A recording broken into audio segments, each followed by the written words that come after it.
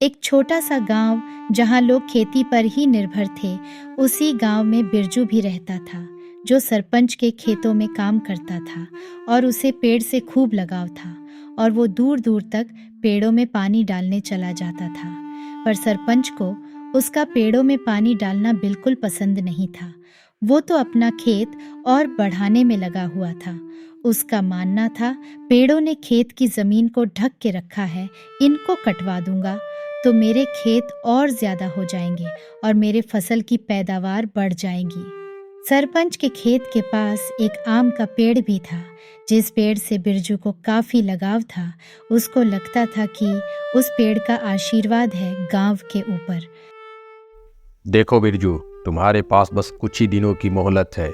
एक बार उस आम के पेड़ से सारे पके हुए आम टूट गए तो फिर हम उस पेड़ को कटवा देंगे। ये बात तुम ध्यान रखना। फिर हमारा खेत वहाँ से और आगे बढ़ जाएगा और ऐसे ऐसे करके हम सारे पेड़ कटवा देंगे। मालिक, वहाँ पे तो पहले से ही आम का पेड़ था जिसने गांव को कितने फल खिलाए हैं। वो पेड़ टूट जाने के बाद फिर से मैंने इस पेड़ को लगाया और ये आज फल दे रहा है। ये हमारे गांव के लिए वरदान है मालिक। मैं तो रोज उससे बात करता हूँ मालिक। मेरी बात समझिए मालिक, उस पेड़ को मत काटिए। वो सब मैं कुछ नहीं जानता बिरजू। एक बार पेड़ से फल टूट गए, उसके बाद मैं उसको कटवा दूंगा। मालिक, पर वो आम का पेड़ तो इस गांव के लिए वरदान है, उसको कटवाना ठीक नहीं होगा मालिक। बिरजू वहां से उदास होके फिर से पानी की बाल्टी लिए आम के पेड़ को पानी डालने चला जाता है। उसके मन में बस यही चल रहा था, पता नहीं मेरे आम के पेड़ का क्या होगा। मेरे प्यारे दोस्त आम के पेड़, मेरी और तुम्हारी दोस्ती भी अब कुछ ही दिनों के लिए है। सरपंच आज बोल रहे थे, जब तुम्हारे सारे फल टूट जाएंगे तो मैं तुम्हें कटवा दूंगा। मैं तो बहुत दुखी हूँ मेरे दोस्त, पता नहीं अब आगे क्या होगा। उधर सरपंच खेतों के पास जो भी पेड़ थे उसको तेजी से कटवा रहे थे और घूम घूम के सब जगह नजर भी रख रहे थे कि सारे पेड़ जल्दी से कट जाए। अरे भाई, जल्दी जल्दी काटो, बहुत सारे पेड़ काटने हैं। इतना धीरे धीरे काटोगे तो कैसे होगा? थोड़ा हाथ तेजी से बढ़ाओ। चलो थोड़ा दूसरी तरफ चलते हैं, देखते हैं उधर क्या हाल है। धीरे धीरे सरपंच खेत के पास के सारे पेड़ कटवा देते हैं अपने खेत बढ़ाने के लालच में। बस वो आम का पेड़ ही छोड़े थे थोड़े दिनों के लिए। उधर गांव के लोग बारिश नहीं होने से काफी परेशान थे। अरे भाया, इस बार क्या बताया, गजब मौसम हो गया है। अगर ऐसा मौसम रहा तो हम लोग कैसे खेती कर पाएंगे? कितने दिनों से बारिश नहीं हुई है और यहाँ पानी के एक बूंद का कोई ठिकाना नहीं। पता नहीं अगली फसल हम लोग कैसे लगाएंगे। ये तो बहुत ही गंभीर विषय हो गया है। चलो, लगता है सरपंच जी के पास चला जाए, कुछ उपाय बताएंगे। सही बोल रहे हो कर्मा भाई, चलो सरपंच जी के पास ही चलते हैं। अपने को तो कुछ समझ में नहीं आ रहा है। कर्मा और उसके साथी गांव के लोग मदद की आस में सरपंच के पास जाते हैं। घर में खाने के अनाज के एक दाने भी अब नहीं बचे हैं। जो बीज के लिए दाने रखे थे उसी से कुछ दिन से काम चला रहे हैं। अब तो समझ में नहीं आ रहा है कि आगे क्या खाएगा और कैसे रहेगा। सरपंच जी, सूखा पड़ने से ना तो हम सब्जी की खेती कर पा रहे हैं, ना नई फसल का बीज डाल पा रहे हैं। बहुत ही बुरा हालत हो गया है।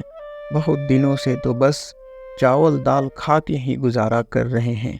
हम लोगों को तो समझ में ही नहीं आ रहा है कब बारिश होगी। सरपंच जी, हमें तो कुछ मदद कीजिए। अगर आपके पास थोड़े अनाज हैं तो हमें दे दीजिए सरपंच जी, ताकि हम आगे का कुछ सोच सकें। अनाज तो मेरे पास भी कम ही बच गया है। जो भैंस थी उसको भी मैंने बेच दिया ताकि और कुछ अनाज खरीद सकूं। गोदाम में तो अब कुछ भी नहीं बचा है। मैं भी बस बारिश होने का ही इंतज़ार कर रहा हूँ। कुएं के पानी से तो बस 2 खेतों में ही थोड़ी फसल लगा पाया हूँ। मेरी भी कोई स्थिति अच्छी नहीं है। सरपंच और गांव के लोगों को समझ में नहीं आ रहा था क्या करे। तभी वहां थोड़ी देर बाद बिरजू आता है। जब उसको पूरी बात पता चलती है तो सरपंच जी, अगर आपकी इजाज़त है तो क्यों नहीं हम उस आम के पेड़ के पके हुए आम को ले जाके शहर में बेचे। ये आम के पेड़ का आम गजब का है। शहर में तो हाथों हाथ लोग खरीद लेंगे उसको। इसलिए हम आपसे इजाज़त मांगते हैं कि अगर आप कहें तो हम। सुझाव तो बहुत अच्छा है बिरजू, मुझे कोई दिक्कत नहीं है। अगर गांव की भलाई इसी में है तो उस पेड़ के पके हुए आम कल ही आप तोड़ के बाज़ार में लेके जाओ और ले जाके उसको बेचो। उससे जो आमदनी होगी वो आप लोग सब अपने में बांट लो। अगले दिन गांव के लोग आम के पेड़ के पास जाके सारे पके हुए आम तोड़ लेते हैं और उसको अलग अलग टोकरियों में इकट्ठा कर लेते हैं। फिर सरपंच की बैलगाड़ी पे रखकर शहर के लिए रवाना हो जाते हैं और शहर में एक पेड़ के नीचे बैठ के आम बेचना शुरू करते हैं। आम ले लो, देसी आम ले लो, ताजे ताजे आम ले लो, गांव के पेड़ का आम ले लो, देसी आम ले लो। आम कैसे? देखने में तो अच्छे लग रहे हैं। एकदम देसी आम है चचा, घर पे लेके जाइए, सब लोग खा के खुश हो जाएंगे। हम लोगों ने गांव के पेड़ से तोड़ के सीधा यहाँ लेके आए हैं। इसमें कोई मिलावट नहीं है चचा, आप लेके जाइए, आप दोबारा फिर आइएगा। धीरे धीरे बिरजू और गांव के लोग के सारे आम बिक जाते हैं और उन्होंने सोचा भी नहीं था कि इतने सारे पैसे मिलेंगे। हे मेरे प्यारे दोस्त आम के पेड़, तुम्हारा लाख लाख शुक्रिया। इतना तो पैसा हम अनाज बेच के भी नहीं कमाए थे। चलो सरपंच जी को बताते हैं। अरे वाह भाई बिरजू, कमाल हो गया, कमाल हो गया। आज के बाद तो मैं अब कभी किसी पेड़ को नहीं कटवाऊंगा और उस आम के पेड़ की तो हम आज से पूजा करेंगे। सब लोग उस आम के पेड़ की पूजा करेंगे। पेड़ हमारे धरोहर है और ये हर प्रकार से हमारी मदद करते हैं। हमें पेड़ काटने के बजाय अधिक से अधिक पेड़ लगाना चाहिए, जिससे हमारे पर्यावरण में संतुलन बना रहता है और आम तो सबका पसंदीदा फल होता है। और भी रोचक कहानियों के लिए इस चैनल को लाइक, शेयर और सब्सक्राइब ज़रूर करें। नमस्कार।